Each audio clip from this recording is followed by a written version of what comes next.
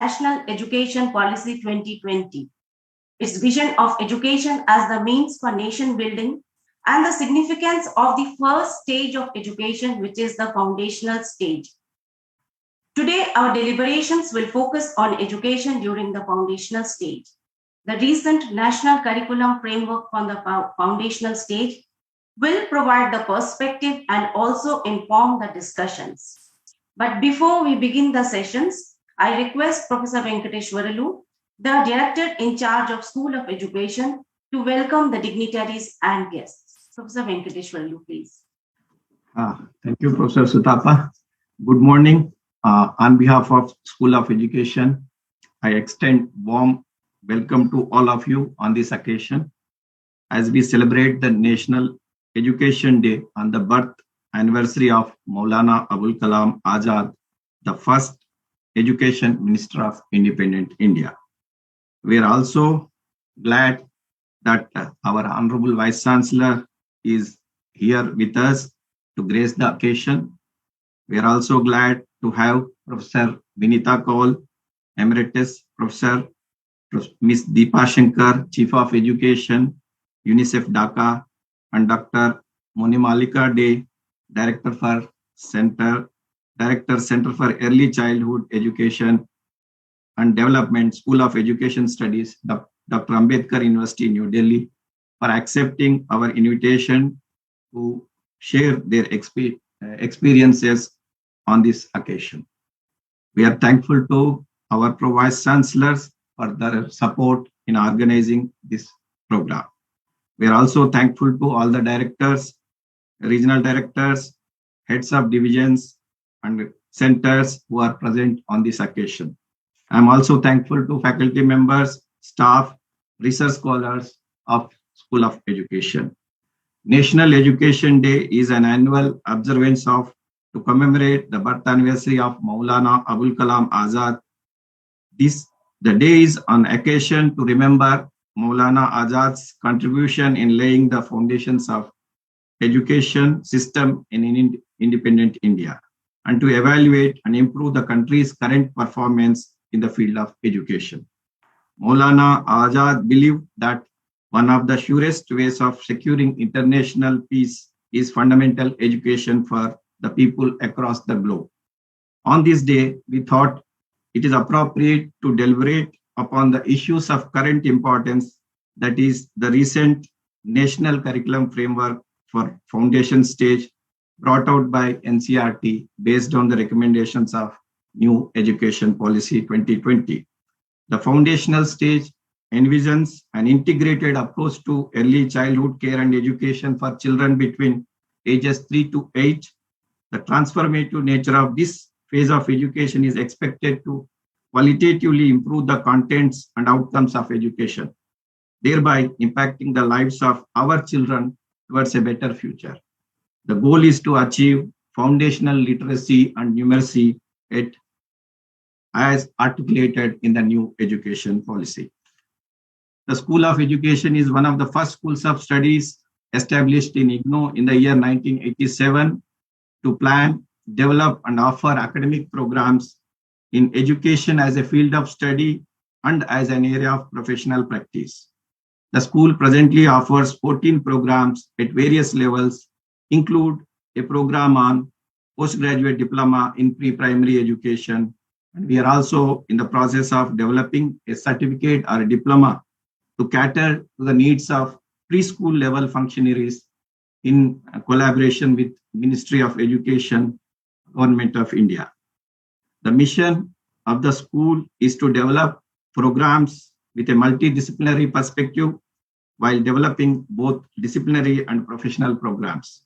Presently, we are also offering a certificate program for professional development of Navodaya Vidyalaya Sangathan teachers. We are also revising our programs based on the recommendations of National Educational Policy 2020. With these few words, once again, I welcome all of you on this occasion. Thank you. Thank you, Professor Venkateshwaralu. I now request my colleague, Professor Vandana Singh, to coordinate the program. Professor Vandana, please. Thank you, Professor Sritapa Bose, uh, for celebrating the National Education Day. Today, we have with us three experts, and let me introduce our first expert for the session, Professor Vinita Kaul. Professor Vinita Kaul is a professor emeritus in Ambedkar University, Delhi, where she retired in 2016 as a director, School of Education, and founder director of the Center for Early Childhood Education and Development. Prior to this, Professor Kaul was a senior education specialist in the World Bank after having served as professor and head of the Department of Preschool and Elementary Education at NCERT for over 20 years. Apart from this, she has been member of several committees to the Government of India in the advisory committee, and Professor Kaul has several national and international publications to her credit. With her rich experience, I am sure we will be enriched today. So I invite Professor Vinita Kaul to share her views on the theme pedagogic and curricular inputs for quality foundational stage education. Professor Vinita Kaul, please. Thank you very much for the invitation and for the warm welcome. Am I audible? Yes, ma'am. You are audible. Yes, you are. Okay, good. Essentially, I was told that we're going to be discussing the national curriculum framework that has recently come out for foundational stage. So I will just give you some sense of what my own understanding is of this whole foundational stage and what the curriculum framework is talking about and why it is saying what it is saying, as well as just take a bit of a critical look at the framework itself.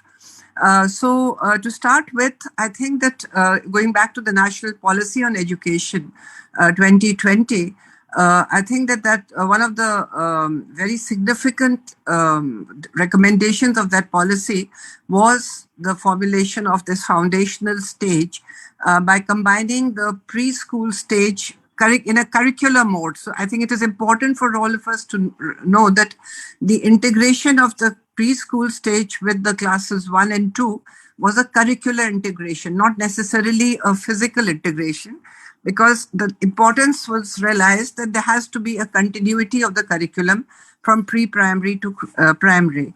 What was happening earlier was, and has still been happening, because the policy has just come in, we have done researches across the country, and what we find is that instead of the preschool curriculum being what it is and there being an upward linkage with primary, it is the reverse that is happening, that there's a downward extension of the primary curriculum in the preschool stage. And as a result, children are being pressurized in the early years when they are just 3, 4, and 5-year-olds to actually learn academic skills for which they are not necessarily equipped because they're developmentally still maturing. So, keeping this in mind, the policy has recommended that there should be a curricular integration, which means that there should be a continuity and along the continuity and consistency of the curriculum from the preschool stage to the primary stage, so that the children do not have any kind of a disruption in their experience and they find there's a seamless and smooth transition to the primary school.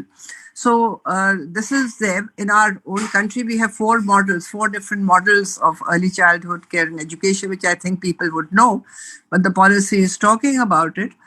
We have the independent Anganwadi or the standalone Anganwadis, which are about 1.3 million Anganwadis across the country, which are run by the Ministry of and Departments of Women and Child Development at the state level. Then we have the Anganwadi, which is co-located with the primary schools, which is a more recent phenomenon, where there is much more physical proximity between the preschool and the primary. And then we have the private preschools, which are independent nursery schools. I think in every nook and corner of the country we have those, which are run privately by people. And then we also have preschools attached to primary schools, primary classes in the preschools. So these are either private, which majority of the private schools are actually composite schools, as they have preschool onwards. But the government schools are largely,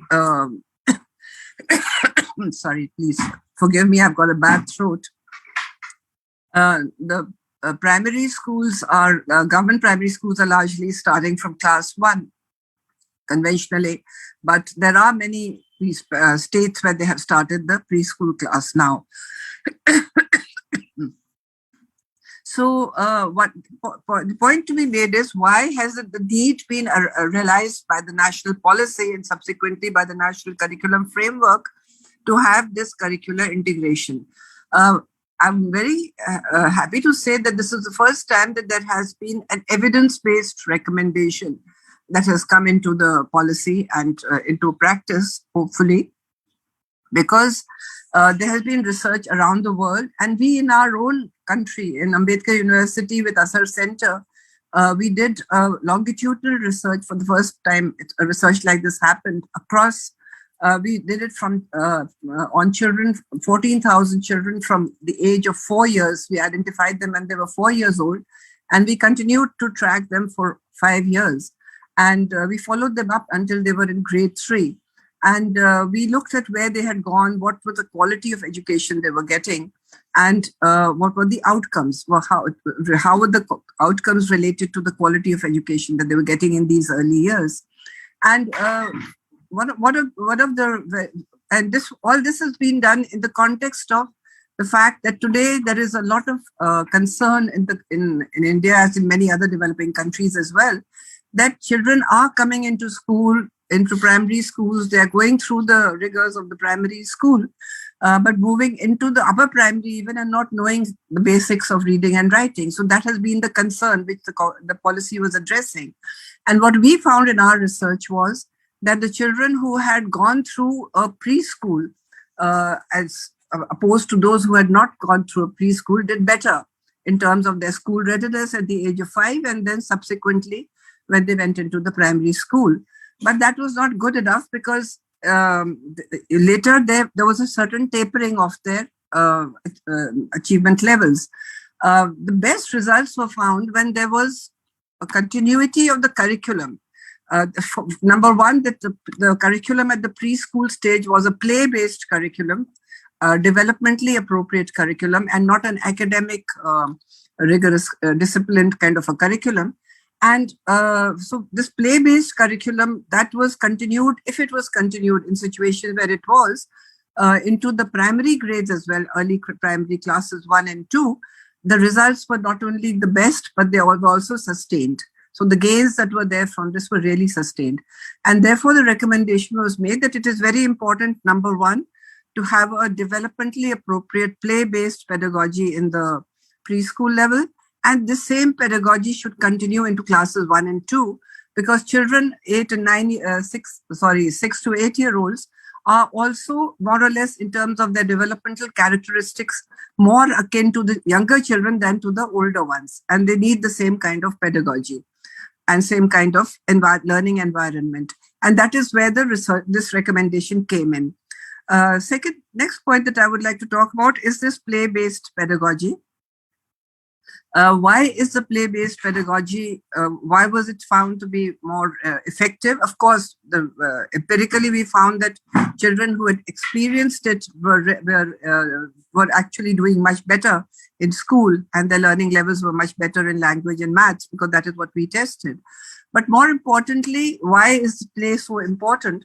Because play is something that comes naturally to children, and play is the medium for children's learning. And all of us who know children know that left to themselves also, every child plays, and they're able to create their own toys and their own environment.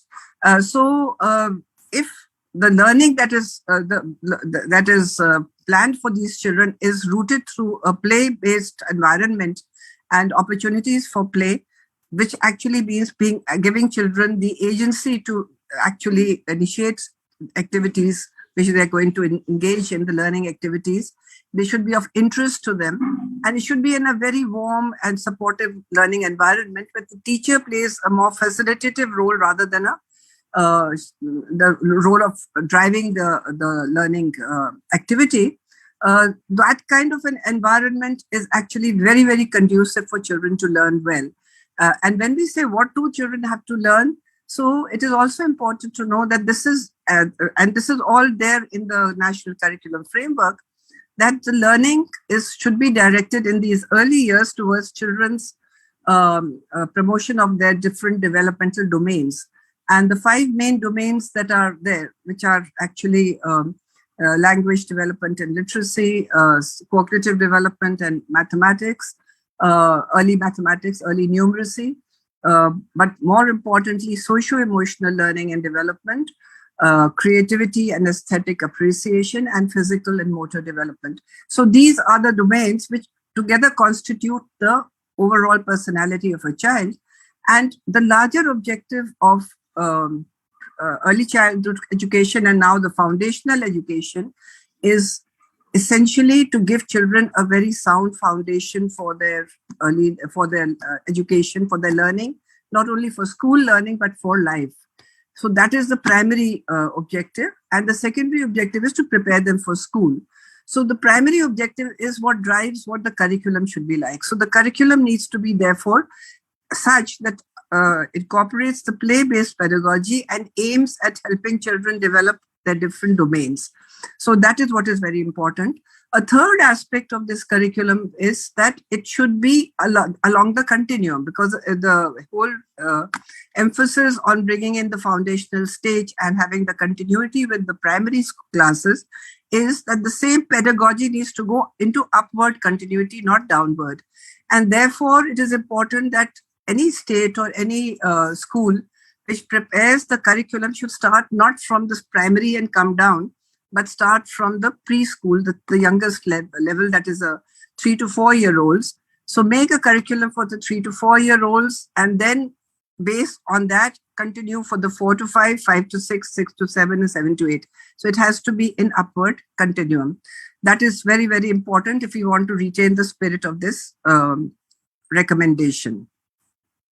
Coming to the framework, the National Curriculum Framework, I think the important thing there is that they have actually emphasized this play-based pedagogy. There's a lot of text on it. A whole chapter is written on the play-based pedagogy. What does it mean? How children learn through stories, songs, activities, games, how important play is for children. It also talks about the important competence, but play is not just for play, but there are certain outcomes that are expected from this learning experiences of children. So the curriculum lists out a lot of competencies and which flow from the aims and objectives of foundational education, and gives a lot of detailed guidance to teachers. And if you see, the curriculum framework is very different from the national curriculum frameworks of the past, which were more philosophical and more thought-provoking in nature, because they kind of they were more academic in approach also, and they were much shorter. I mean, this one is 300 odd pages, but the reason for that, I'm told, is that they wanted to make something which teachers could understand, because earlier there was a kind of a gap, communication gap between what the curriculum frameworks were saying and what the practitioners were getting from it. So this is actually addressed to the teacher. And therefore, it is goes into the details of how classroom practices have to be engaged with, how or designed, how the classroom organization has to be done, and how even assessment has to be done. And it goes into even giving examples of play-based pedagogy. It gives actual stories. It talks about different approaches, the thematic approach for curriculum, the story-based approach, and the project-based approach. Just a few issues I will say which are there in the curriculum framework, which I feel could need to be addressed or could have been addressed, which perhaps looking at it more critically. And with that, I will end. So essentially, one of the problems is a more attitudinal one. As I said earlier, that the issue which is very, very critical to this recommendation is that there has to be a continuity of pedagogy and curriculum from the preschool to the primary stage.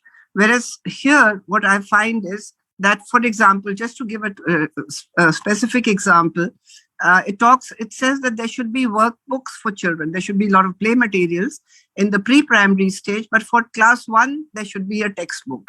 Now, suddenly there is a disruption there because textbooks means formalization of the pedagogy, which is not desirable.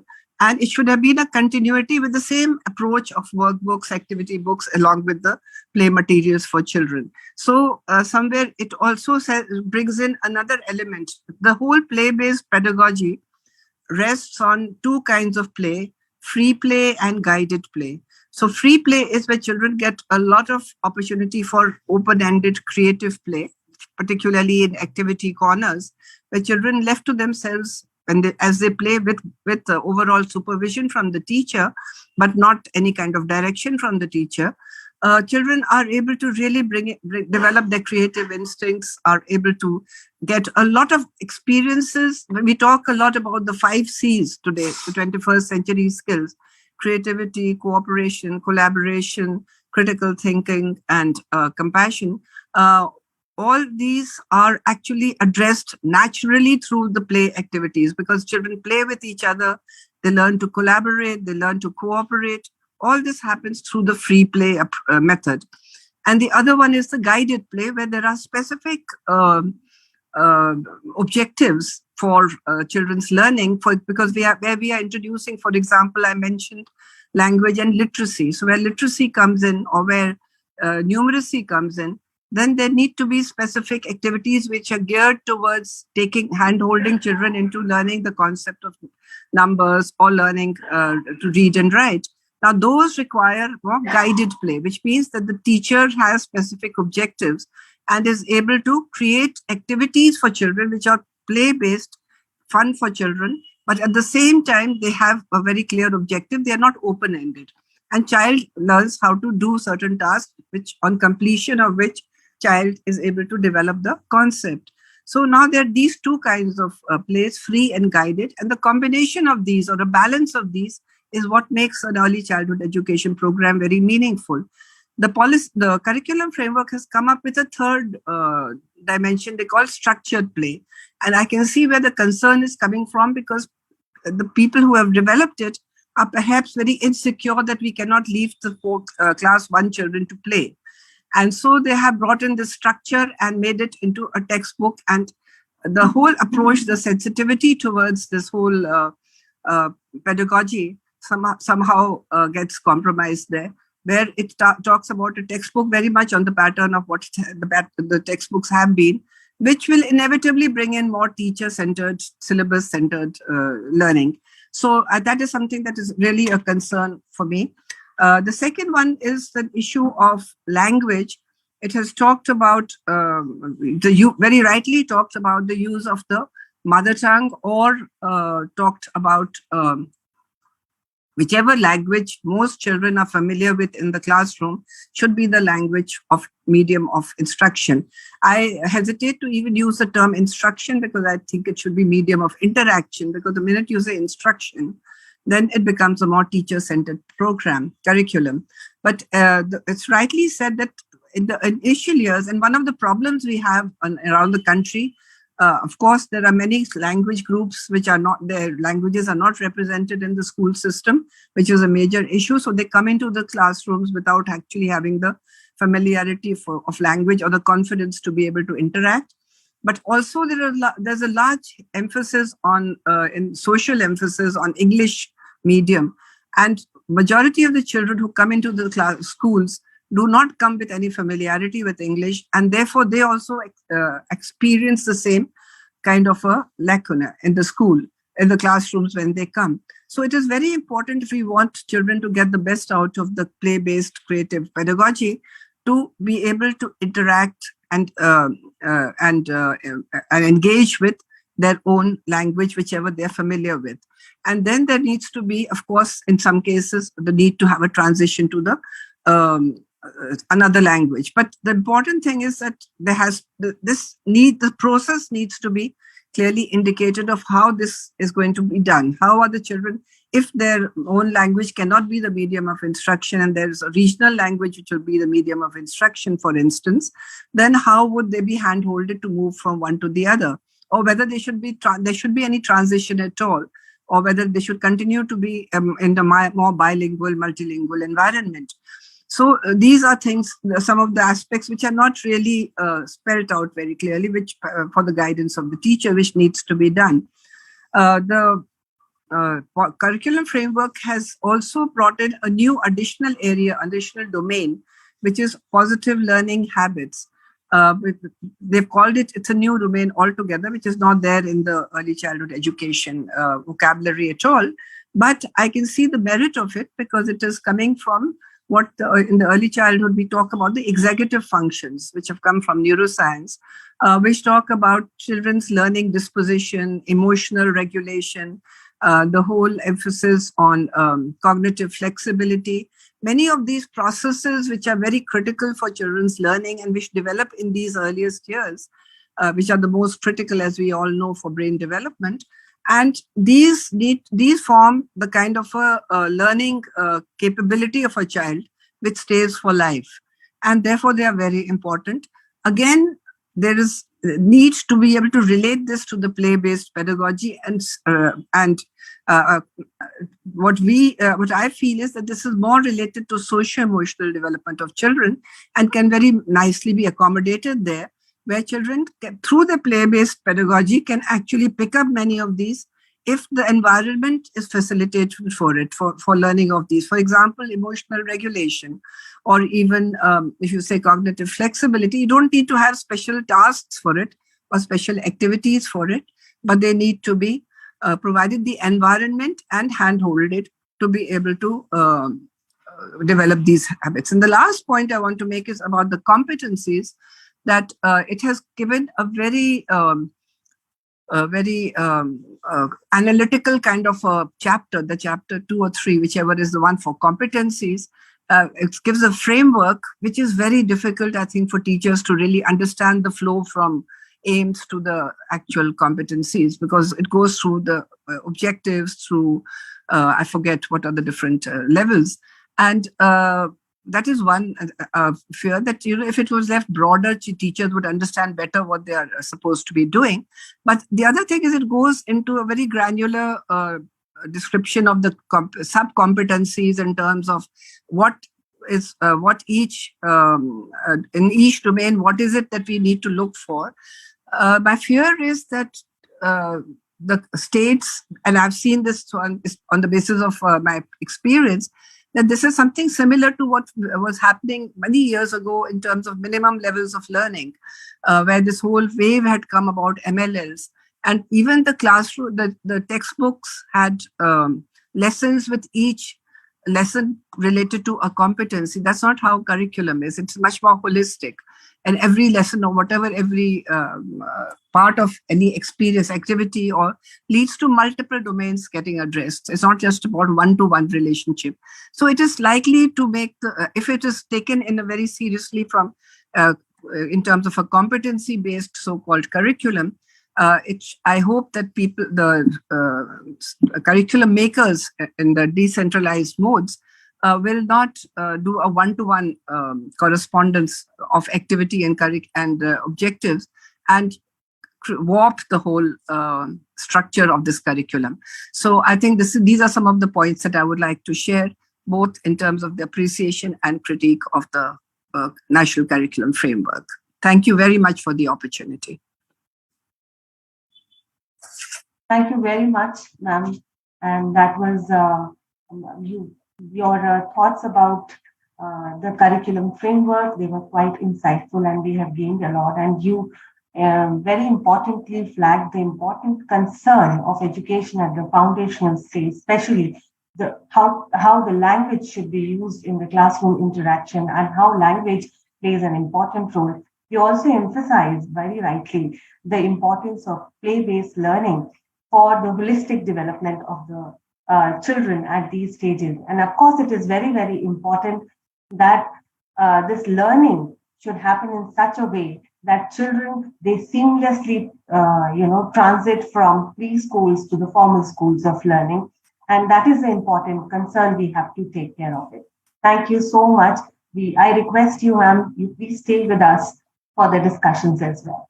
Thank you Sure. so much. Now I request my colleague, Dr. Poonam Bhushan, to please introduce the next expert for the session.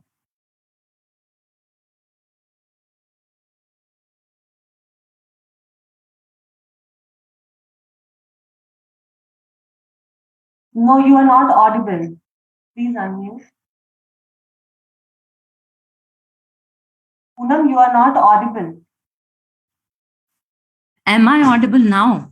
Yes. Yeah. Okay. All right. Okay.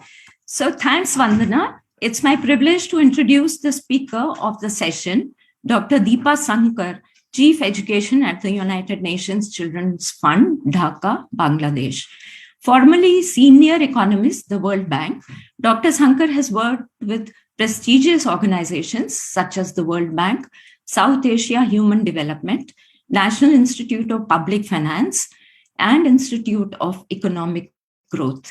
Among her areas of expertise are early childhood care and devising policy interventions for promotion of quality education.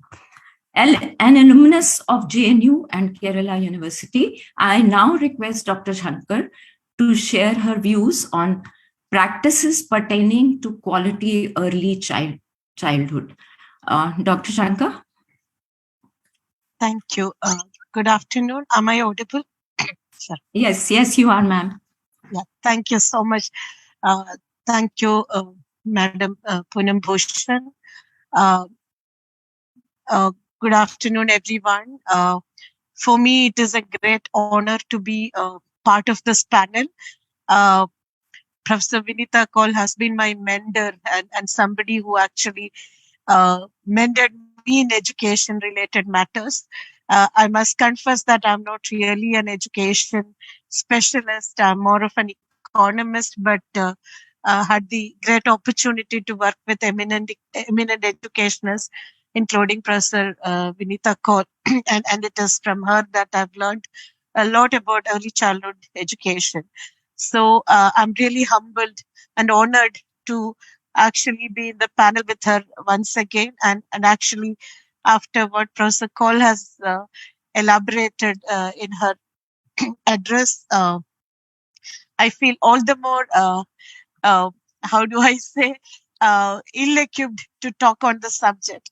But given that as an economist and as somebody who is now managing education portfolio, including early childhood education in a few countries now, I feel it's also good to look at this issue also from the view of a non-educationist or somebody who comes from a different discipline. So basically, I would say that though I'm requested to make a presentation on practices, focus on practices in early childhood, early childhood education and curriculum or the foundational stage, I would rather say how I would look at it, not in terms of what happens in a preschool or in an education setup, but rather taking a view from outside the classroom, more at the system level, and what is it that we need to look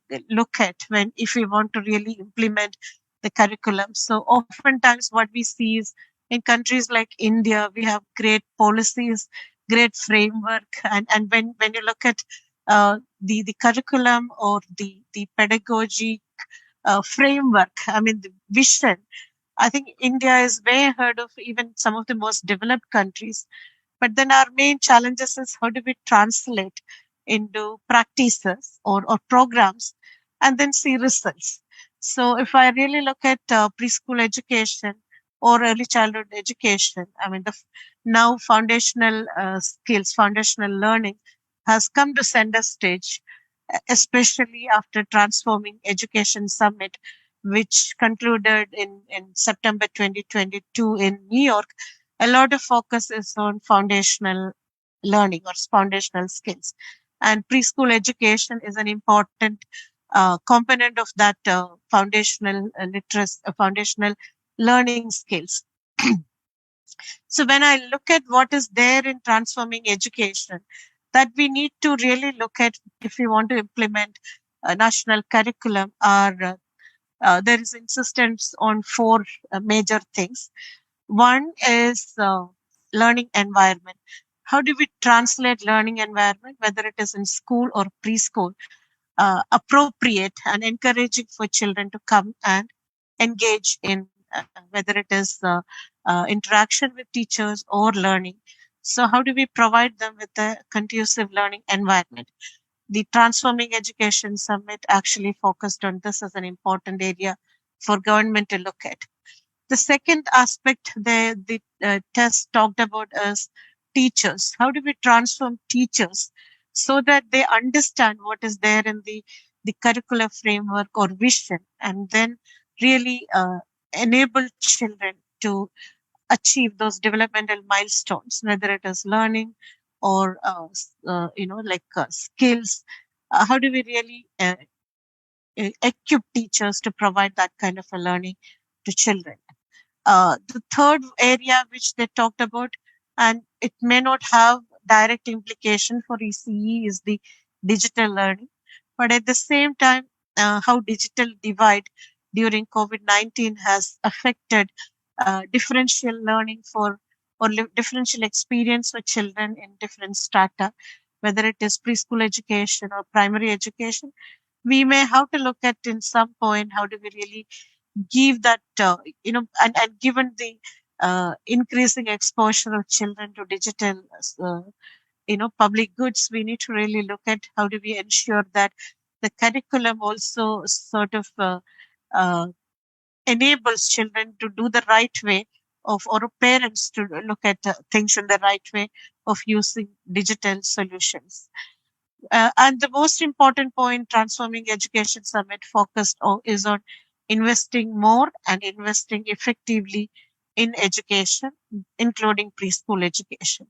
I think these four areas are relevant when we talk about foundational stage and how do we really look at what we do. I mean, for implementing the new curriculum.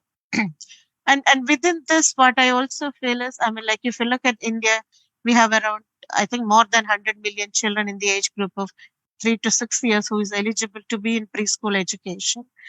My understanding, given, I mean, I've been out of the country for more than a decade, but my understanding, given the data of available data, is that there are around, 4 out of 5 children are attending one form or other of preschool education or EC in the country.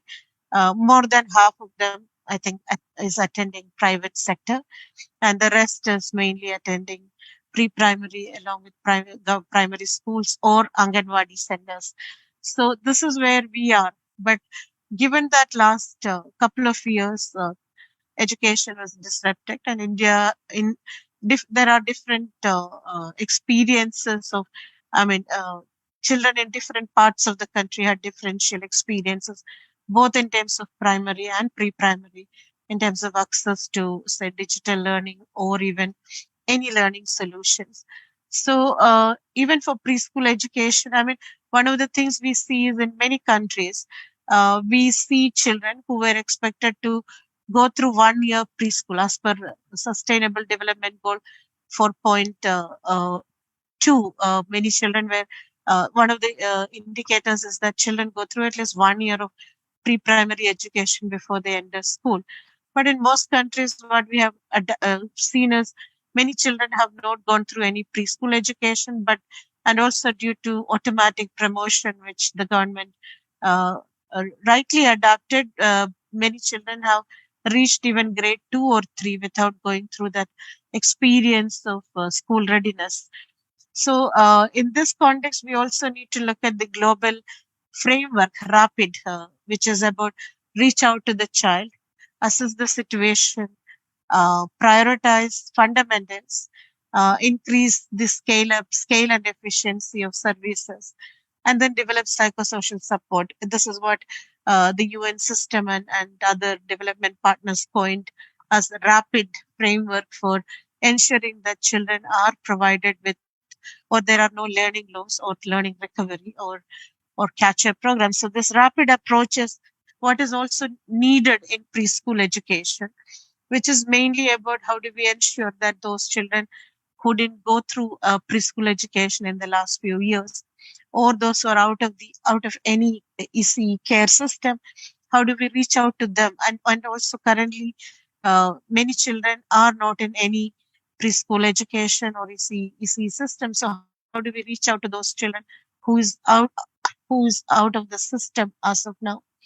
And we need to assess the situation. I think this framework gives the right opportunity for us to assess the situation, because again, one of the challenges in a huge country like India is how different, I mean, the perception of the community about what is desirable at preschool level and what actually happens, and what is actually good for them.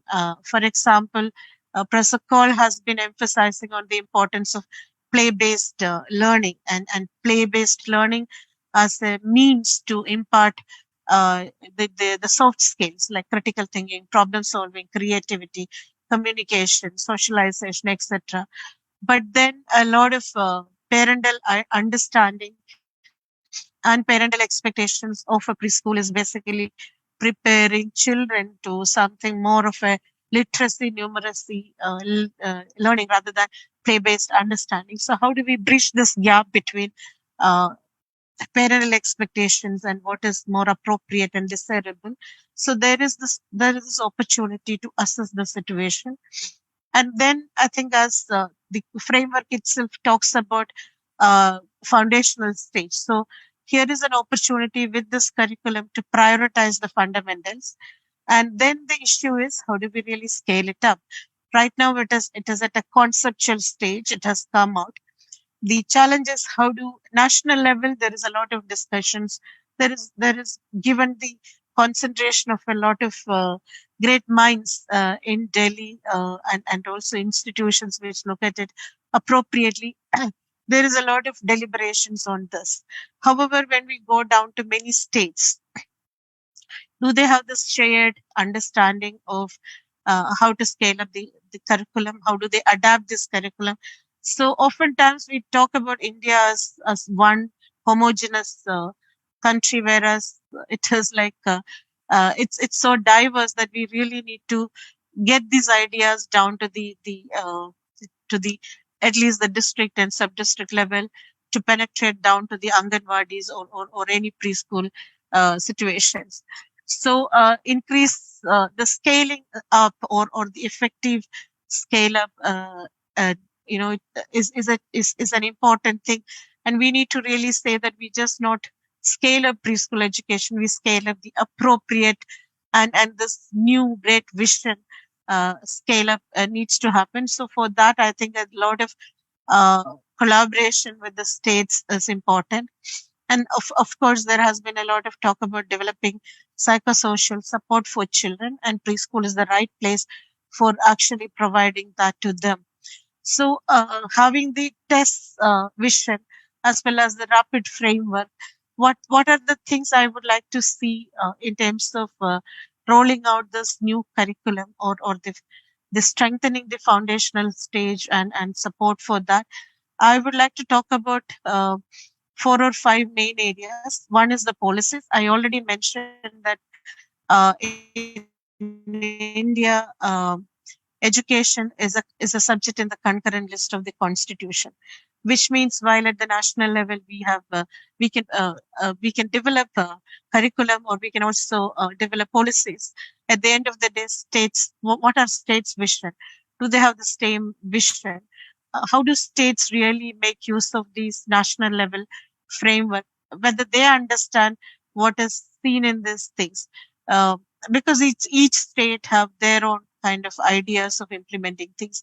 So somewhere we need to really see whether these policies have some unique and common thread at the state level, or are they really disconnected from national vision and what is important. In terms of service delivery, India is a country where we have all kinds of provision from Anganwadi to private sector.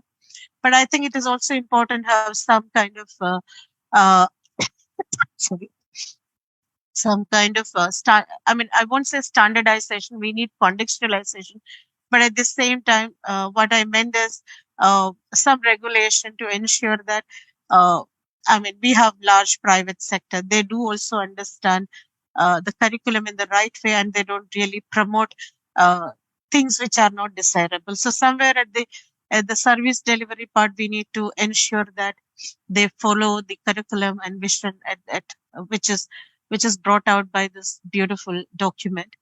I think it is, I mean, I don't need to elaborate, but again, I know it is what India spends on preschool education or ECD is 0.1% of GDP, and it is like 0.39% of national budget. Oftentimes people blame the central government, but I think we also need to look at state governments, because ECD is also a subject in the state list. I mean, a concurrent list with state as a major provider. We need to really have a strong advocacy at state level. I think we need to persuade them to spend more. I mean, invest more, invest effectively. States should invest according to their capacity, and they should have more commitment. I think this is one missing point when we talk about investing in education. Often we only look at the national budget, but we need to really get even the states like Punjab, who is supposed to be a richer state compared to Bihar. Uh, but some of these richer states are the ones who spend least out of, if you look at their capacity to invest, they spent least in education, and particularly ECD. So I think we need to have a differentiated approach, but we need to go beyond national to the state level in terms of persuading them to finance preschool education. And uh, uh, another issue is at the governance level. I still don't have much information about national level, where we have EMIS to collect all data from private preschool education, or private preschools, or Anganwadis. I mean, I think Anganwadis, definitely we have some data, but given that more than half of the children are in private kindergartens or preschools, how do we collect data? Because at the end of, and how do we really monitor what is happening within those classes? So I think it is very important to also look at data and the analysis of that. And one final point I would again emphasize is the parental involvement. I think the last study was the UNICEF, was led by Professor Vinita Kaul, on the early childhood development continuum. I mean, in India, but at the same time, we don't. I mean, India unfortunately do not have multi-indicator cluster survey or similar surveys. So oftentimes we don't have enough space to understand how young children are getting the attention of fathers or other members. Oftentimes, I mean, even in India, some of the studies show that more than half of the men consider child care as something to do with the women and the mothers, or the other female in the house. I did a study in Uzbekistan. I mean, we did a study in Uzbekistan, which clearly says that only 4% of the fathers are ever even involved with a preschool child, which was again confirmed by uh, mix, which was done in 2022, again highlights that fathers' engagement with childcare is just below 5%. This is an area we need to really look at, because all this beautiful curriculum, uh, through the curriculum we are focusing on classrooms, but I think it also looks at the house, support from family, and this is an area I don't know. I don't have the latest figures regarding India in this, but I think this is an area to look at, and I think we need to really do a lot of communication and advocacy for ensuring all types of parents, I mean, men or women, are engaged in supporting, the translation of this new curriculum framework, not only from the school or preschool perspective, but also from the demand side, from the family perspective. So basically, these are the points I thought I'll highlight. I'm here more to learn. I've learned a lot from Professor Cole's deliberations on this topic, and I'm looking forward to hearing from Professor Manikarnika Dey on more on her perspectives. Thank you for this opportunity, and thanks a lot. I'll finish that. Thank you. Thank you very much, Dr. Sankar, for that very interesting and insightful talk. I'll just try to sum it up a little bit.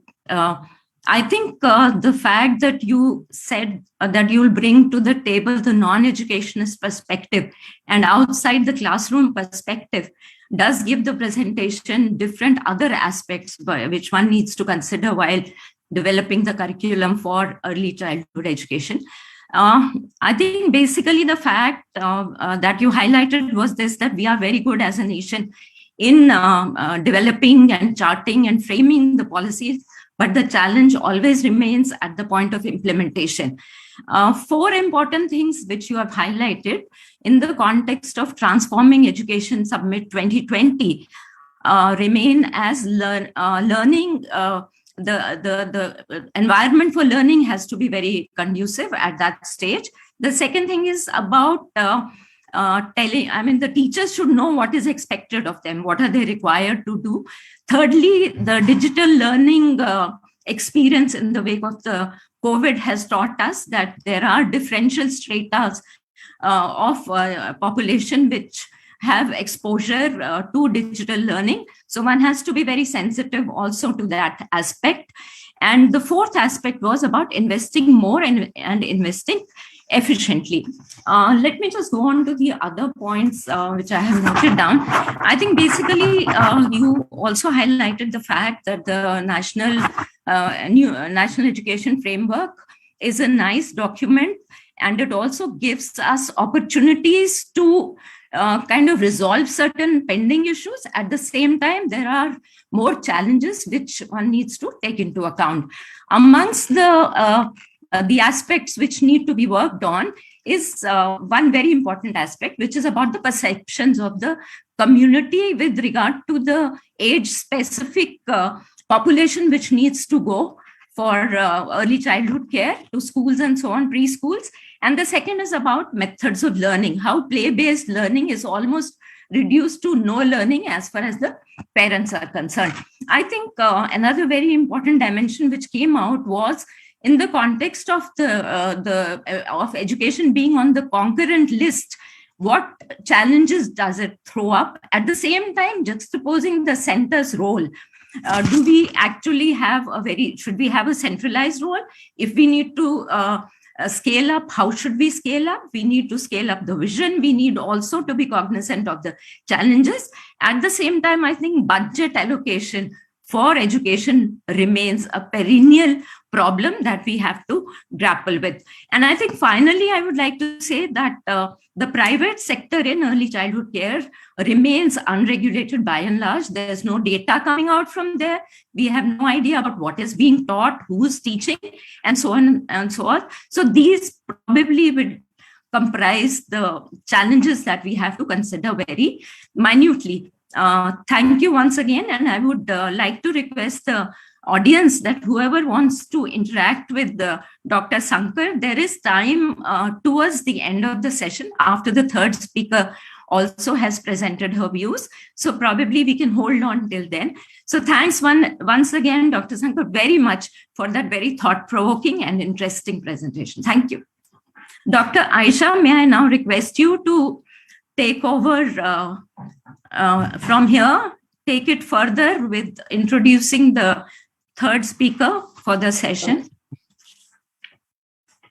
Thank you, Poonam.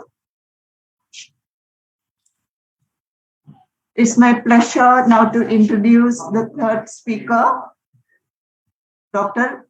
Manimalika Dey. Dr. Manimalika Dey is Director, Center for Early Childhood Education and Development at the School of Education Studies, Ambedkar University, Delhi.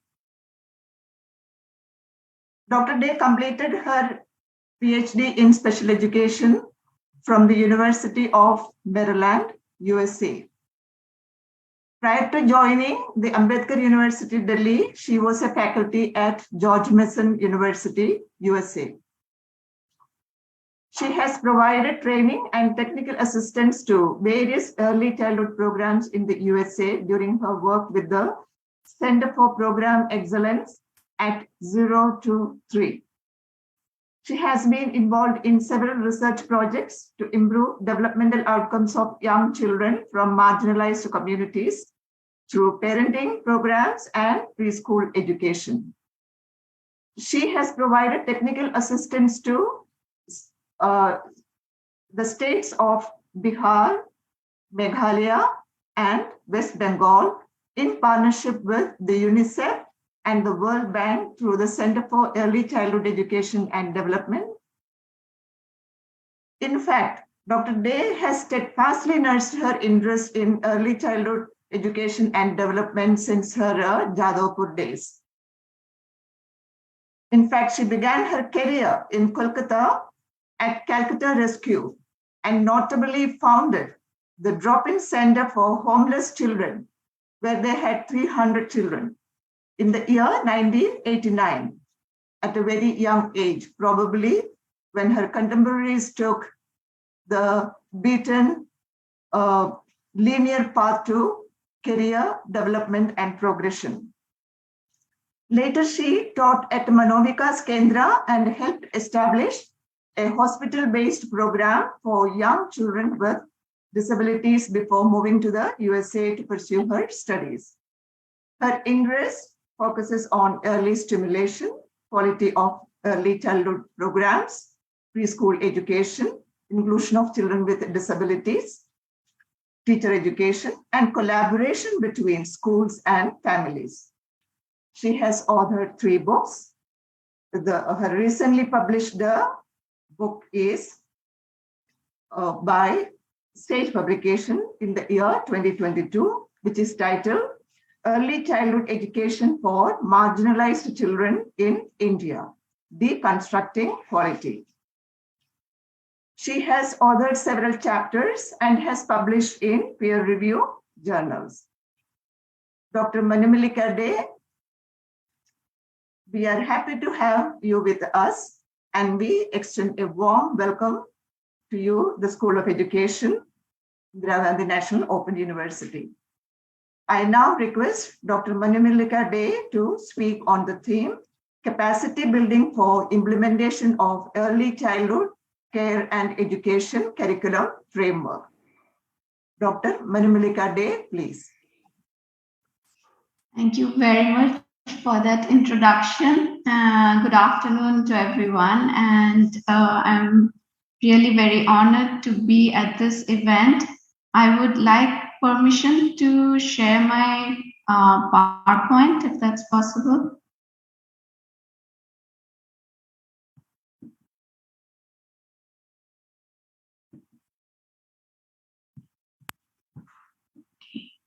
So I hope everybody can see the PowerPoint and can also hear me. Yes. Okay, thank you so much. So I think, this is a really very extensive document, on the curriculum framework that has come up on the foundation years. And I have to say that I've only had an initial read. It's just been a few weeks, so I've really not had the opportunity to fully grasp all the content that has been presented. But one of the things that I feel again is that the vision that was put forth in the NEP 2020, it can only be realized if we really are able to develop or enable teachers in the early childhood field to implement the curriculum. So this is why I decided to look at sort of, what are the sort of capacity building mechanisms that we currently have, and what are perhaps some changes that we need to think about in order to really implement this very aspirational vision, I would say.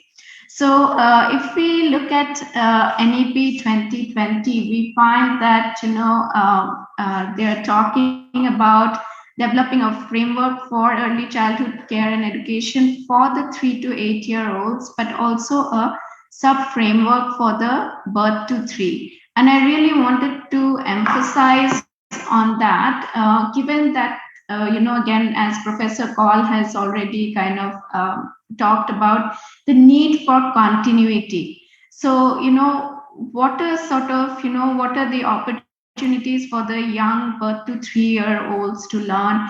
What are they learning in the creches? How are parents interacting with them? All this is of great importance. If we kind of take a brief look at our field, it's really the field of ECC is a very complex area. And in our country, we've been debating regarding the age range, and rightly so, for quite a long time. So, this is really the field of ECC is an interdisciplinary team that requires collaboration, not just across agencies, but also across ministries in our country. So, it's very, very important for the Ministry of Women and Child Development and for the Ministry of Education to come together in order to implement this vision. If we look at the programs that are there, we've kind of talked about the preschool programs. So largely, currently, again, it's the Anganwadis, which is where sort of, we have 13.3 lakh Anganwadis where children are getting their preschool education.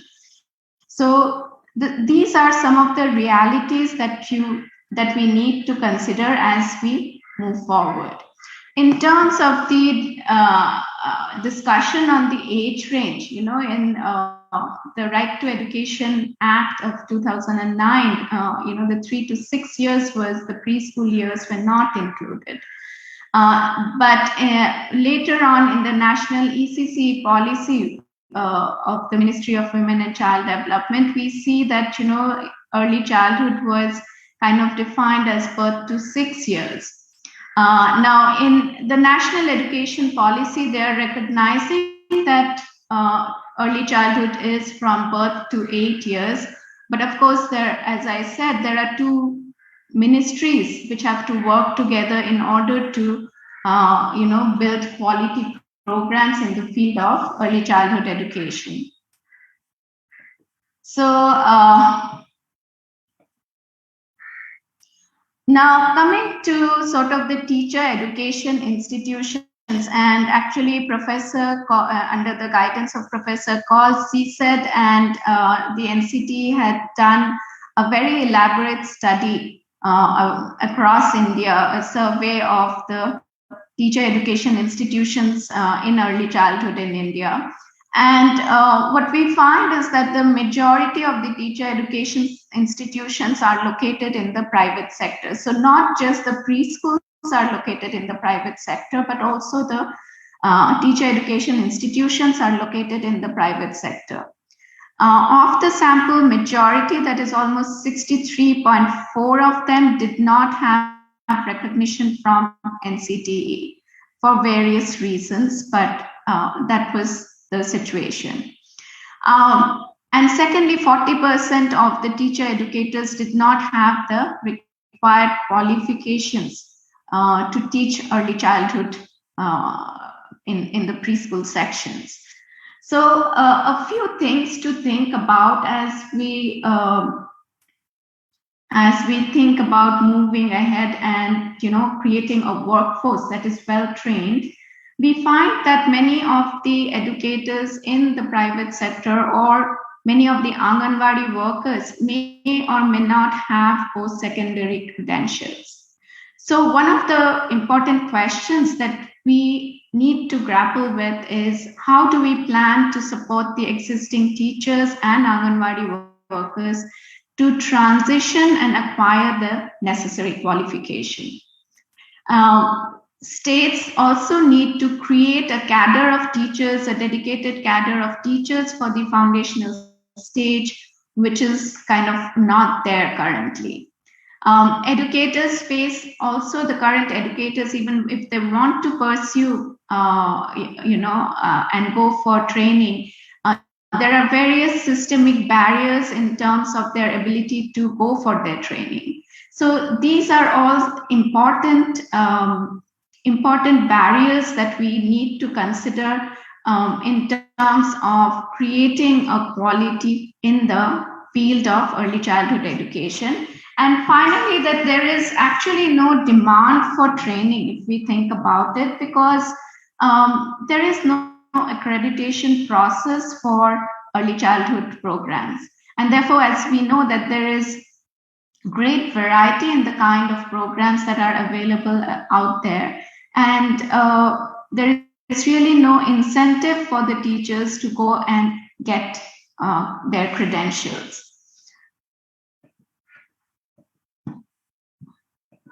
So training in early childhood education, again, we see sort of, quite a variety over there. If we look at the CSET report, it talked about the Anganwadi workers training, which now is being done online. There's the integrated pre-primary and primary teachers training. Then there's the nursery pre-primary teachers training, and also the diploma, the 1-year diploma that is there, which I believe also IGNOU has a 1-year diploma.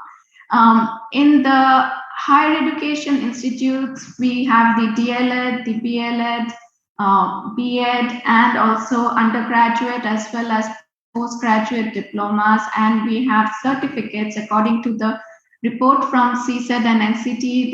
The certificates vary all the way from 1-month certificates to 6-month certificates. So we find that there is great variation in terms of the teacher training, teacher training programs that are currently out there. So in the curriculum framework, one of the major recommendations that have been made is that all teachers for the foundation years should have the ITEP degree, that is the integrated teacher education program.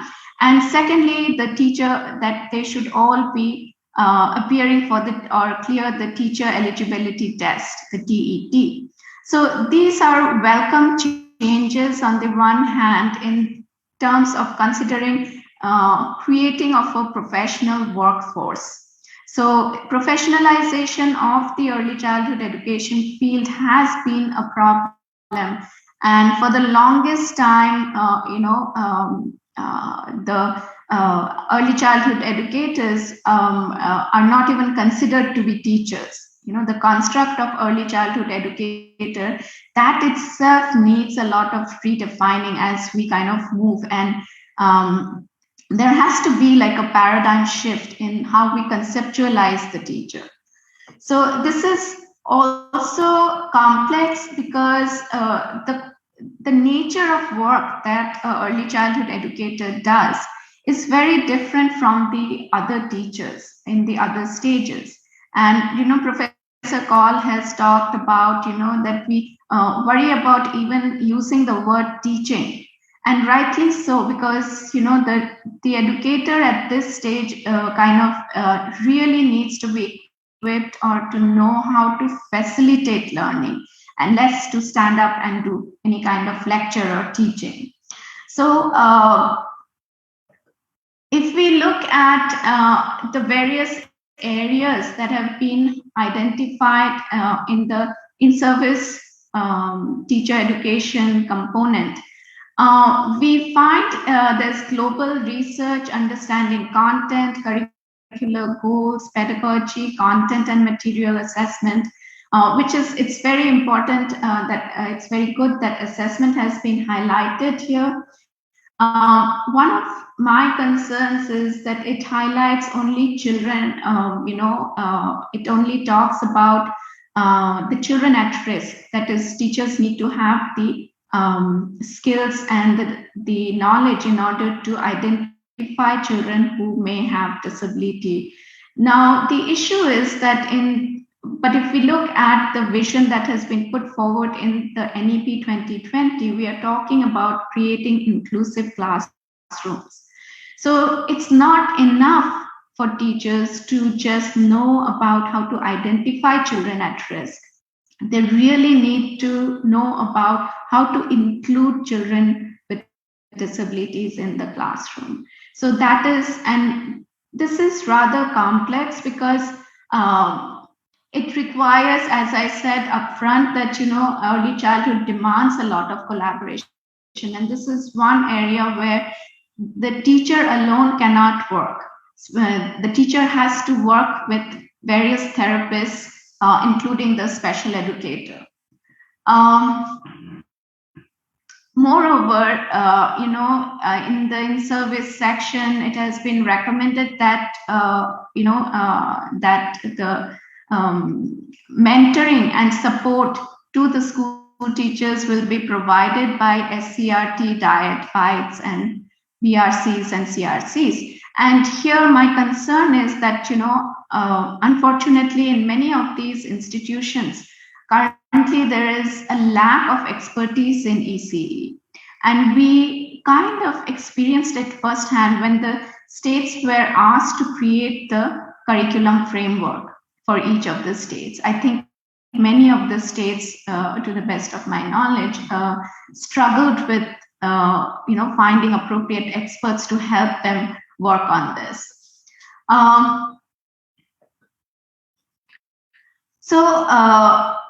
Another very welcome sort of change is that it talks about the career ladder, and that the teachers need to have a career opportunity, that they can go up the different career ladder, and they will be linked to both their salary as well as promotions, so that they are retained in the same stage. And this, I felt, was a really important aspect in terms of professionalization of the field, because as we know that for a long time they have not been given that status. In order to move towards this, I feel one of the important steps that needs to be taken is the process of accreditation. So, again, we have a huge number of schools in the private sector. We have a lot of Anganwadis, but we don't have a unified accreditation system. And without that, I think it's very difficult for us to expect that quality services will be provided to the young children. Secondly, there is a need to develop a national accreditation for early childhood teacher preparation programs as well. So, which I think, after the curriculum framework has been developed, and NCT is expected to kind of develop that framework. However, I also feel that, there needs to be state accreditations need to be considered as well, because there is great diversity in the Indian context. And I think, again, because sort of education is both a national and a state subject, it's important for the states to have, to have their voice in trying to figure out what are the qualities or what are the skills, disposition, and knowledge that they would like to prioritize in their state. So, and state approval for continuing professional development and training programs. So, so there needs to be approval not just for the pre-service programs, but also as we think of the continuation in the in-service programs. In terms of inclusion of young children with disabilities, I think and it is difficult for me not to focus on this because, I've worked in this area for a long time. So a couple of things, how is disability conceptualized? And interestingly, in the current framework, although in NEP they're talking about inclusive education, in the current framework, when they're giving examples of what a teacher needs to do, the examples focus on providing or developing individual activities for the child or children with disabilities. But that's not how inclusion happens. What we need to consider is what are the activities that are happening in the classroom, and then we need to juxtapose that with what are the needs and what are the goals of the child who has any kind of disability. So we need to bring the two together in terms of thinking about curriculum modification. And some of the things that we need to consider in inclusive education is, first of all, again, here as well, we need to think about a paradigm shift, that is from thinking about disability as an individual phenomena, moving to the disability as a social phenomena, which I think many of our policy documents have moved in that direction. We also need a unified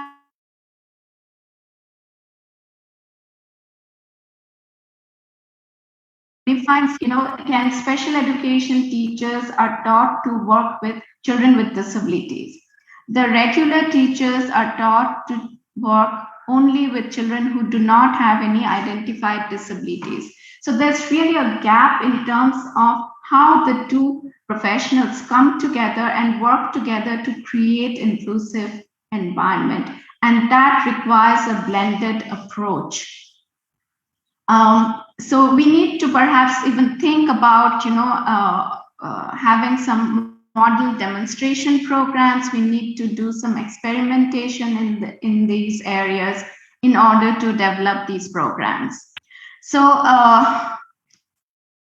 in the norms and NCT norms and standards for ITEP,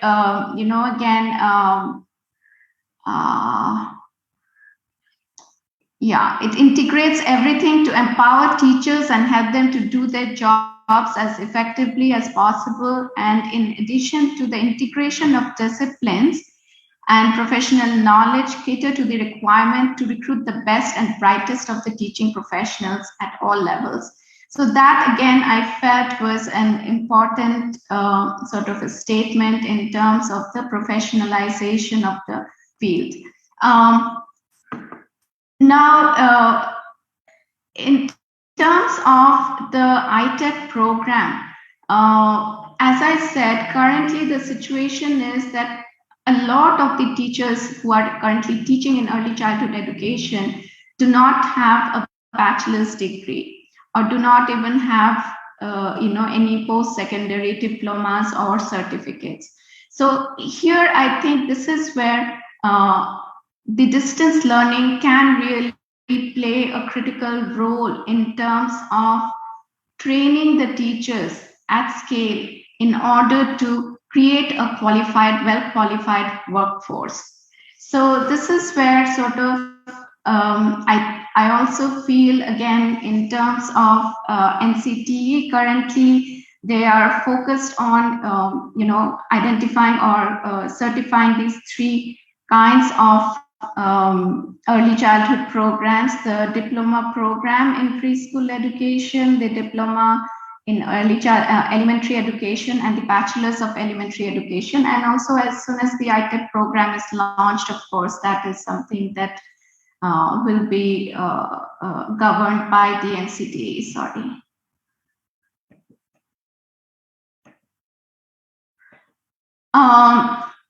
So here again, what I feel is that also other ways of providing teachers or training the teachers have been talked about in the NEP 2020. So the DTH channels have been mentioned, for example, in the NEP 2020. So one needs to think about how do we bring in the different approaches, a multiple approach in order to create a strong cadre of well-qualified early childhood educators.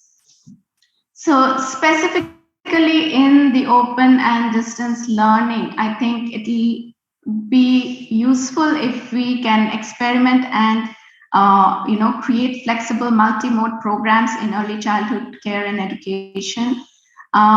We also need to think about some of the regional centers which may connect with or develop links with the NCT accredited institutions. And also there needs to be perhaps greater collaboration between the national as well as the regional centers.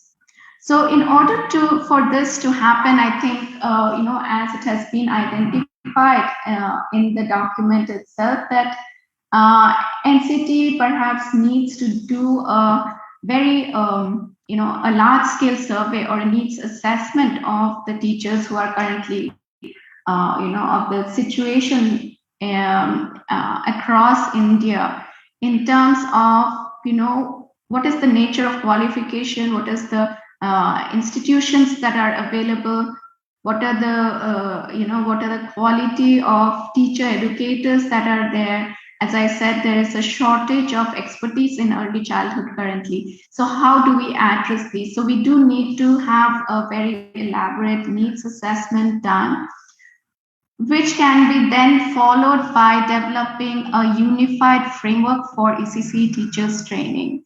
And what I mean by a unified framework is a framework that takes into consideration the various stages in the early childhood. It also takes into consideration the convergence across ministries. It also needs to take into consideration the coming together of special education and early childhood education for inclusive education to happen. So there really needs to be a comprehensive framework developed for this. It needs to indicate also the levels of the program. And currently it's not very clear. Let's say if a student wants to seek further training in early childhood education, it is not clear to them what is introductory, what is the intermediate, and what is an advanced level. What is the career trajectory? So those things need to be spelled out very clearly. And at each level sort of articulate, what is the depth and the breadth of the content areas in the core subjects. Regarding the levels, that needs to be developed, again, that needs to be aligned with the national skill qualification framework so that, it's the, their training is kind of connected with their employability. It's clearly connected to their employability. And this is where, again, I feel that the choice-based credit system is also an important component, which we need to further strengthen and explore further as we create this framework to allow for flexibility as well as opportunities for the teachers in early childhood to move forward in their curricula.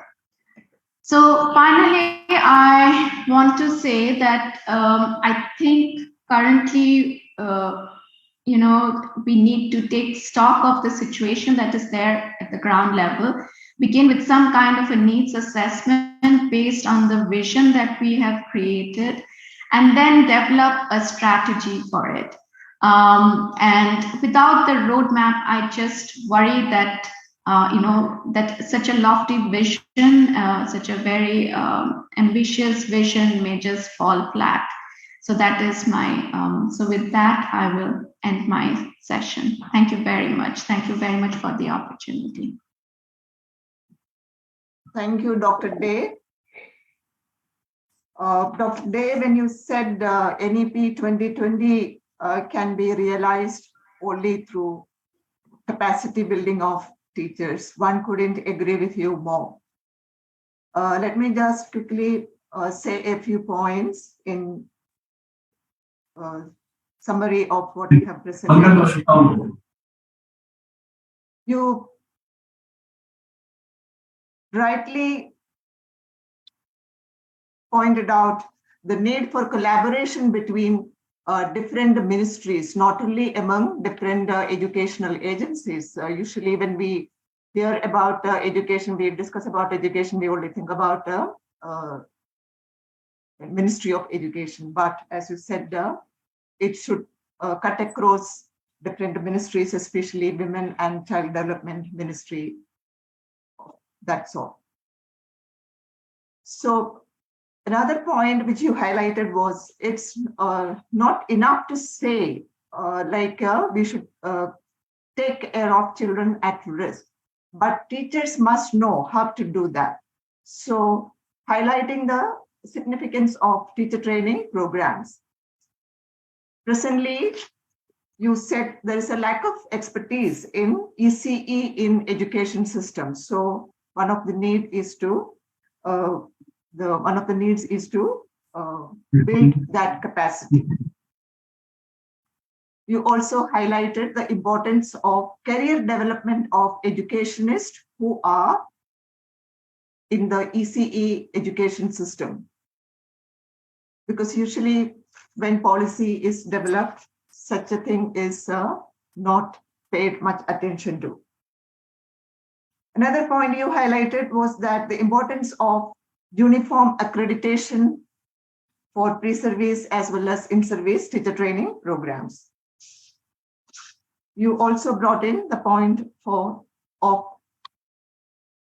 how to train the teacher force in the country in early childhood area.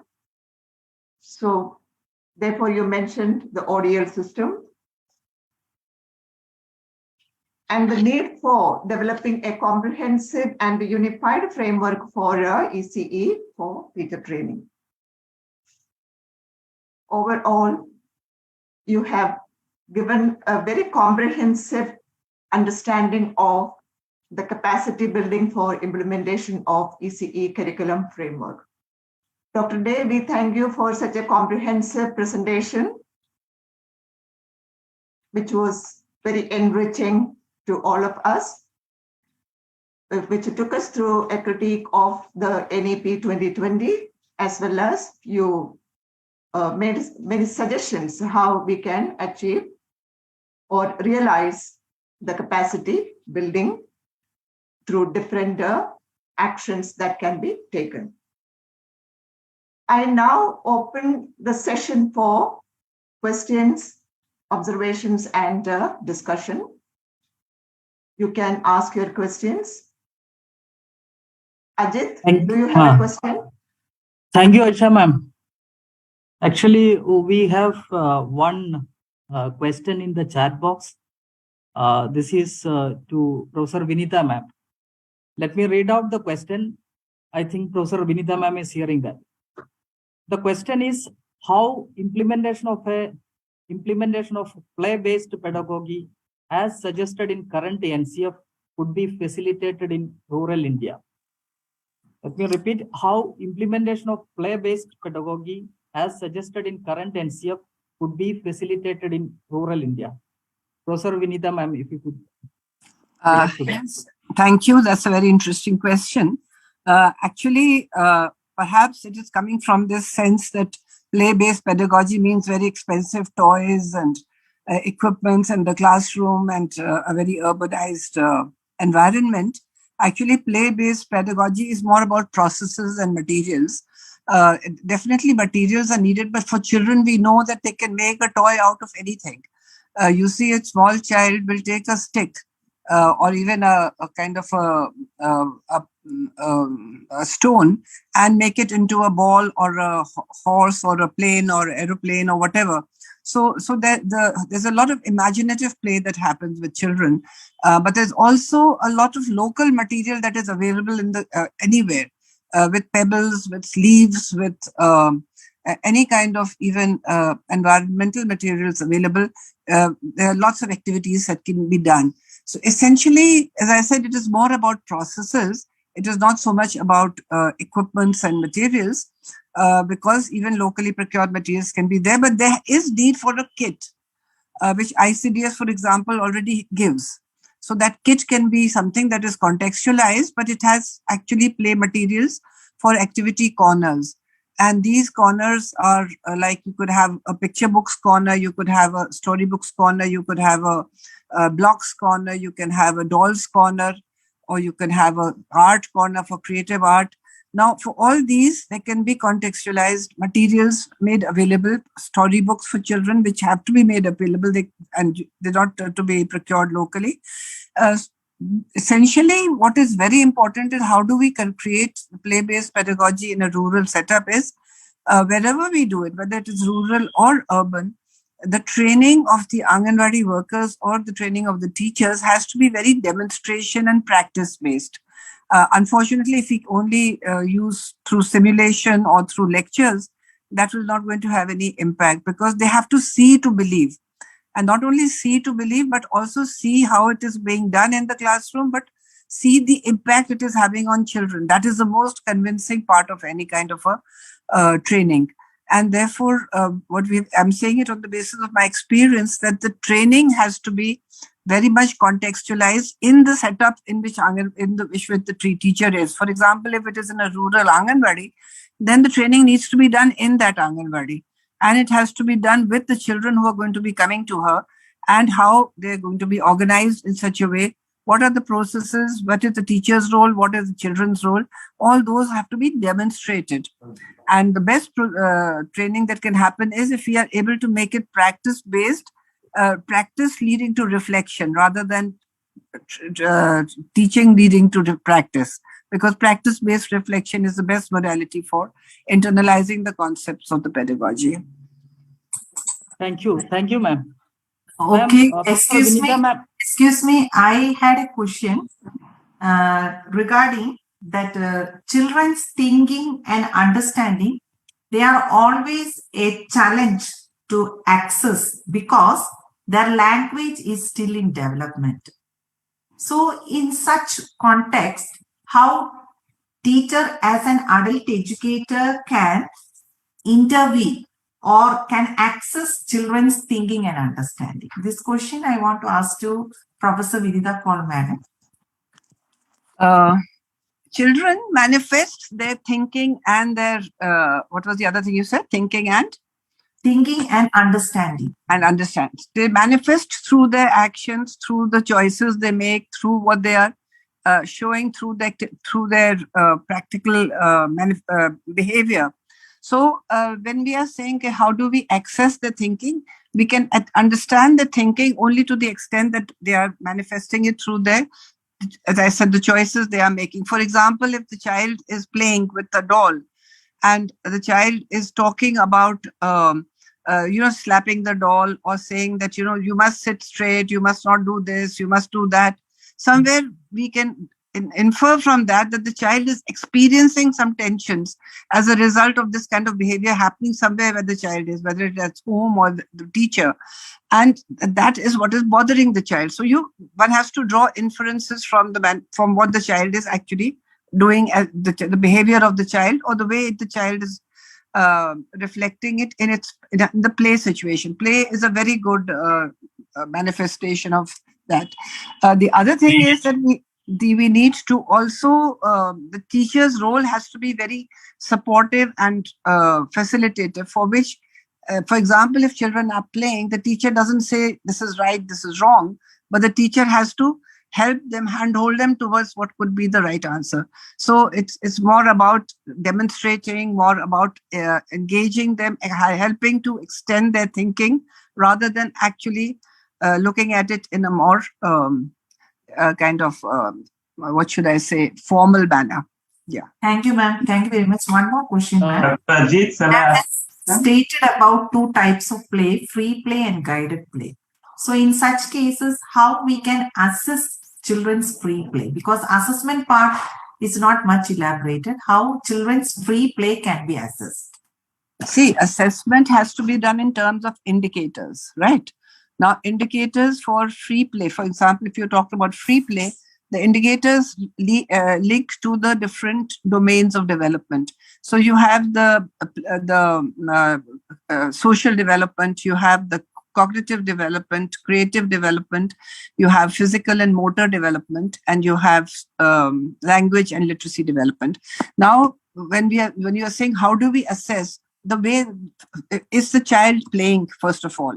Does if a child is malnourished, for instance, we have a huge problem of malnourishment in our country. Children are not active, they're not alert, they are not engaging because they don't have the energy. So an important consideration is the child engaging with the activity? Second is how the child is engaging. What is the kind of behavior the child is manifesting as the child is engaging? I've just given you the example of the doll's corner. The third thing is that how is the child playing with other children or not? Has a child, because this is a stage when the children are learning to share, learning to cooperate, learning to collaborate and work with other children. And therefore, is the child engaging enough with other children, or the child playing only in isolation? If that is so, for example, then the teacher needs to just help the child start playing with others as well. Put the child in situations where the child plays what is known as cooperative play, where they work together. So these are kind of situations that the teacher has to be trained in. That how is she going to respond to, not how she's going to drive the child towards any learning objectives, but how she's going to respond to the children's behavior. What are the indicators? How does she handhold them to be able to help them develop fully in terms of their all-round development? Thank you, ma'am. Dr. Niradhar Day. Yeah, thank you, Dr. Aisha madam. I have a generic question to Monica Dey madam. Madam, what you have experienced from NCF 2005, National Curriculum Framework 2005, then after National Curriculum Framework for Teacher Education 2009, and even if National Knowledge Commission in 2009, and further the recent development, that is NEP 2020, National Education Policy 2020. When we talk about curriculum, it may be for the pre-primary education or for the middle or preparatory stage of school education.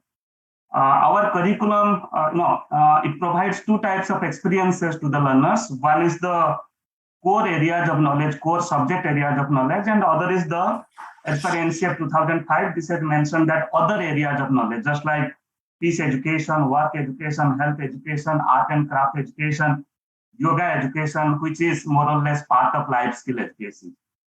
You see, in the policies, this has been properly mentioned that it should be rightly addressed in the curriculum, not only in the curriculum, it should be properly practiced, implemented in the school system also.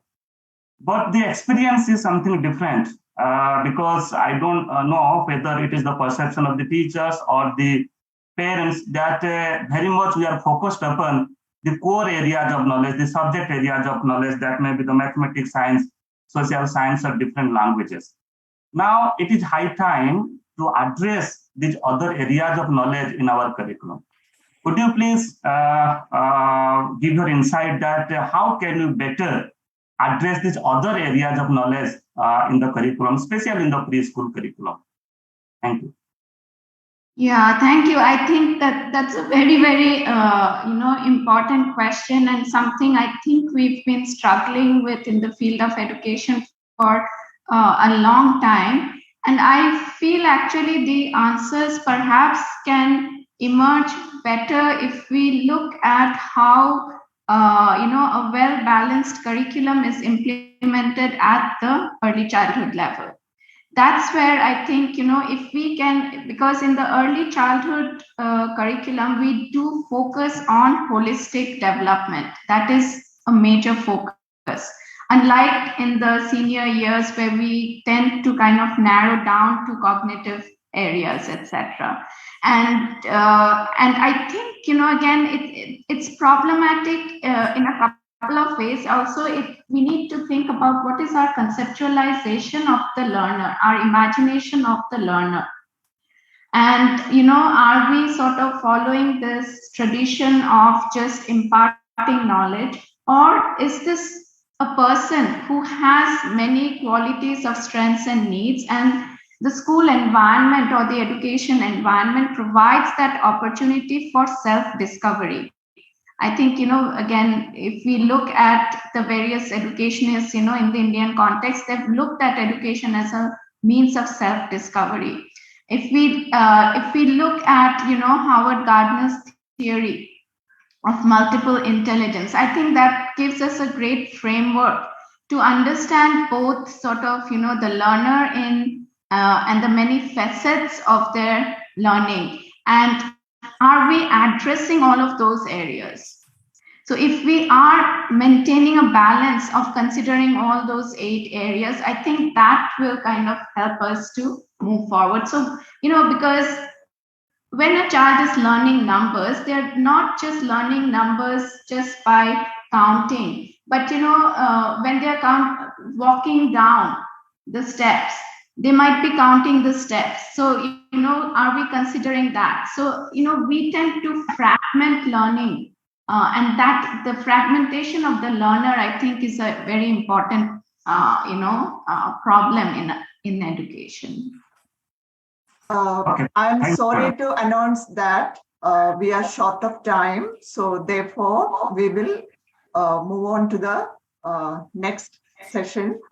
I know that, we had 3 excellent speakers, very thought-provoking presentation they made, so therefore many would like to interact with them. However, due to shortage of time, we are moving on to the next part of our program. So I request Professor Suttappa to take over. Thank you. Thank you, Dr. Aisha. The discussions centered around the NEP's recommendation for universalization of preschool education. I now request Honorable Vice Chancellor, Indira Gandhi National Open University, Professor Nageshwar Rao, to deliver the presidential address. Sir, please.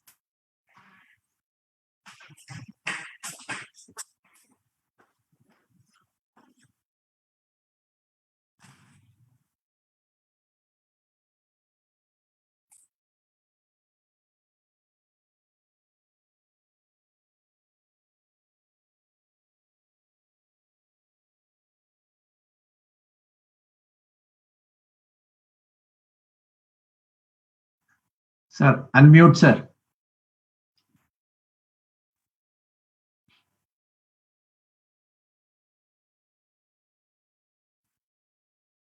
Mark the birth anniversary. Is it audible? Yes, Yes, sir. sir. Yes, Yes, sir. You're sir. right. To mark the birth anniversary of Maulana Abul Kalam Azad, 3 distinguished speakers, they have been invited, and they talked about the basic issues confronting the higher education system as well as the secondary education system, affecting our country in the light of the national education policy. Professor Vinita Kaul, Ms. Deepa Shankar, Dr. Moni Malika Day. All the 3 distinguished speakers, they spoke on 3 different themes. Dr. Day spoke on the early childhood care. Queries are also raised, some observations they were also being put by the distinguished members of the school present. And now the school might be enriched with the inputs which they have received from these 3 distinguished scholars. National education policy, it is now being implemented all over the country and widely accepted, and it gives us lots of opportunities to see that how we can restructure our entire education system to make it more learner-centric, to make it more learner-friendly. The structural changes that have been also been suggested, along with the skill component, and also the flexibility of the learners that is also being taken into account.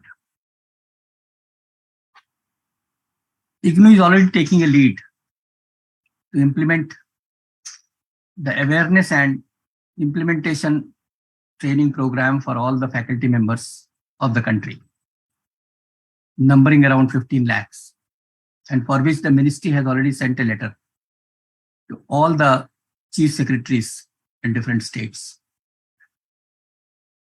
And large number of teachers, they are registering on the portal. Again, that portal is of ministry, the Samarth portal. The contents, they are uploaded on the Swayam platform, and the delivery, it is being done through Swayam Prabha channel. 5 batches, they have been admitted, and the training program is completed for them also. It is a process wherein the evaluation is also being done, and certification is automatically being generated, and it is being received by the participants. Around 20,000 teachers, they are now getting at least the basics of NEP, and also the areas of concern where we can see that how it can be used further to improve our educational structure, educational processes, and also the outcomes of our education system. And all the distinguished speakers, they have made an attempt to link their views with the implementation of the national education policy. Because School of Education always tells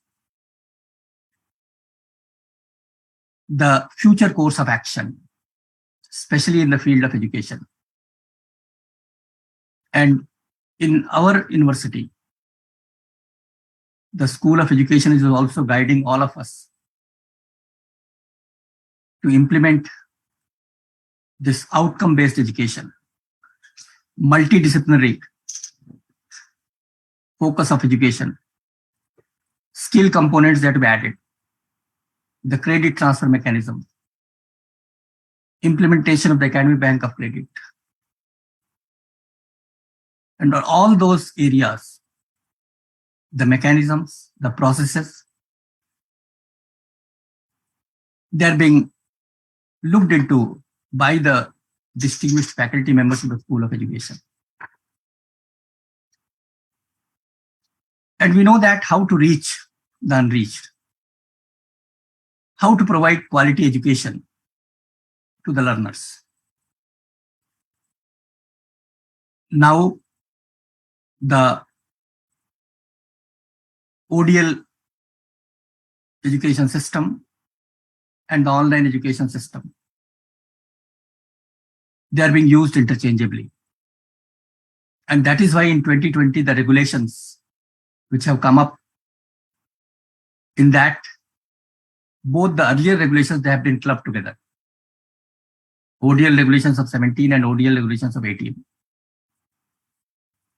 And most of the processes now, even in the ODL also, they have become online. And COVID has further forced all of us to review our delivery mechanism. And that is why we are using the technology, the technological interventions, to speed up the process of implementation with respect to the revision of courses, developing new courses, and the focus is now shifted towards the learners. we are now making sincere efforts to see that how the interests of the learners that can be protected by using the technological interventions and also the structural changes. Of course, this university, it has got the distinction of providing quality education by introducing lots of structural interventions. Flexibility is the key, and that has paved the way to meet most of the requirements of learners. And today, when we see that most of our fundamentals, they are now incorporated in the national education policy, we feel happier, we feel much more comfortable, and we also feel that we are in a better position to implement most of the fundamentals of national education policy in our entire education system. And we are getting good results out of that. Today is the National Education Day. Opportunity gives us to think about our educational systems, structures, and interventions. And the possibilities of making changes in that can also be evolved. Our think tank, the School of Education, is constantly looking into this area and making a sincere effort to suggest the areas in which the university can further strengthen their learner-friendly framework. I am really thankful to all the three distinguished speakers who spared time for us, given lots of insights to all of us. And maybe I know that the school might have recorded their talks, and the same can further be used for strengthening our teaching learning process and also in the implementation of the national education policy. The school can further discuss and deliberate the issues which have been raised by the distinguished speakers and see that how we can use most of them in our open and distance learning education system of this university. I sincerely thank all the three distinguished speakers and also compliment the School of Education who has taken this initiative to have the talk from these three distinguished speakers today on the eve of the National Education Day. Thank you very much. Thank you. Thank you, sir. I now request Professor Mishra to deliver the vote of thanks. Professor Mishra. I think before vote of thanks, I think we have Professor Satyakam sir with us. Sir, if you can say a few words. Thank you, but after the presidential address of Honorable Vice Chancellor, I wanted to say that congratulations for the day, and what Sir told us that School of Education is a think tank, and we together have to proceed further to take this university to the high sky. Thank you. Thank you very much. Thank you, sir. The esteemed attendees of this virtual event, we'd like to greet you all on behalf of School of Education, IGNOU, on celebration of National Education Day to commemorate birth anniversary of Maulana Abul Kalam Azad, the first education minister of independent India. During this celebration, we have been critically examining the curricular and pedagogical framework for early childhood care and education, with excellent inputs from three eminent speakers, Professor Vinita Kaul, Ms. Deepa Shankar, and Dr. Moni Molika De. The efforts of speakers were extraordinary and helped immensely in appreciating national curriculum framework for foundation stage and its critics. The points those were emphasized: developmentally appropriate and play-based curriculum and pedagogy, rapid framework and approaches for preschool education, and strategies for holistic and inclusive preschool education, and many other important issues. Our gratitude to Professor Nageswara Rao, the Honorable Vice Chancellor, who has been our guiding lamp for the School of Education. Your guidance to school in implementing NAP 2020 is excellent over the recent years. We ensure you that, sir, we would keep trying to do the best. We are also extremely thankful to Professor Satyakam, Honorable Pro Vice Chancellor of the University, who has been with us in this virtual event.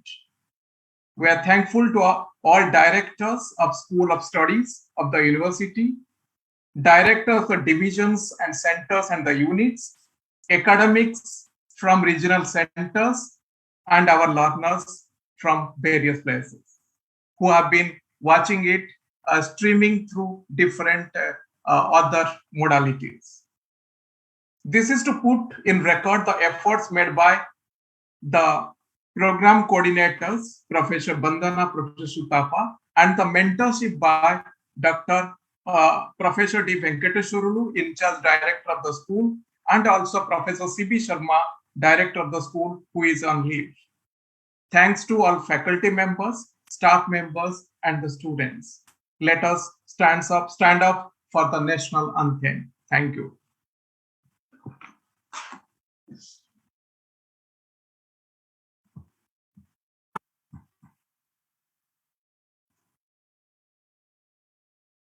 Jana Gana Mana Adina